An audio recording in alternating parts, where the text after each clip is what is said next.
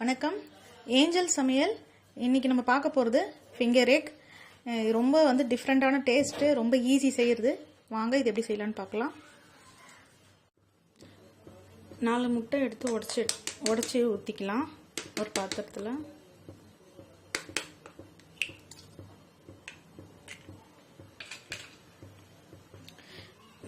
தேவையான அளவுக்கு உப்பு சேர்த்துக்கிறேன். 1/2 ஸ்பூன் மிளகுத்தூள் சேர்த்துக்கிறேன். 1/4 ஸ்பூன் காஷ்மீரி சில்லி.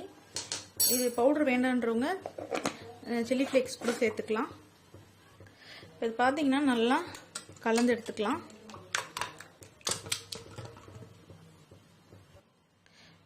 இந்த மாதிரி ஒரு சின்ன தட்டோ இல்லை கேக் ட்ரே அந்த மாதிரி கூட எடுத்துட்டு கொஞ்சமாக அதில் எண்ணெய் தடவிடலாம்.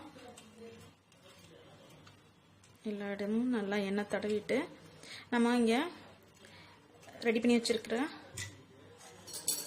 வச்சுருக்கிறத இதில் கூட சேர்த்துட்றேன்.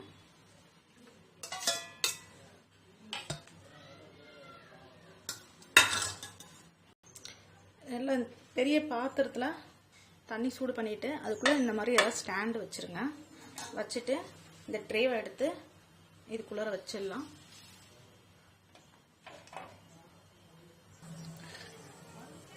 இந்த இதையும் மூடிடுங்க. இதையும் மூடிடுங்க. மூடிட்டு இது நல்லா வேக வைக்கலாம்.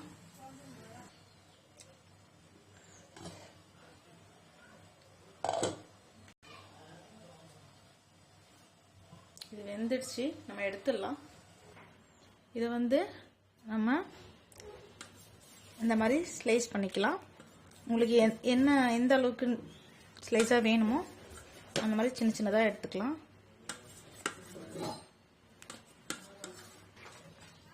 இந்த மாதிரியே எடுத்துக்கிறேன். ஸ்லைஸாக எடுத்துக்கலாம்.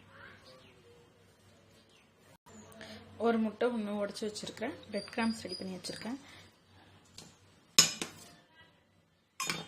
நல்லாவே இதை புரட்டி எடுத்துட்டு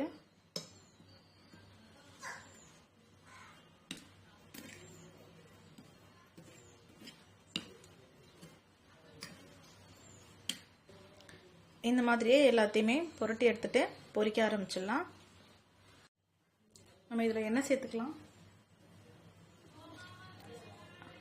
நம்ம இன்னைக்கு டீப் ஃப்ரை பண்ண போகிறோம். எண்ணெய் கொஞ்சம் சூடாகட்டும். இன்னும் மீடியம் சூடில் தான் இருக்கணும், ரொம்ப சூடாகக்கூடாது.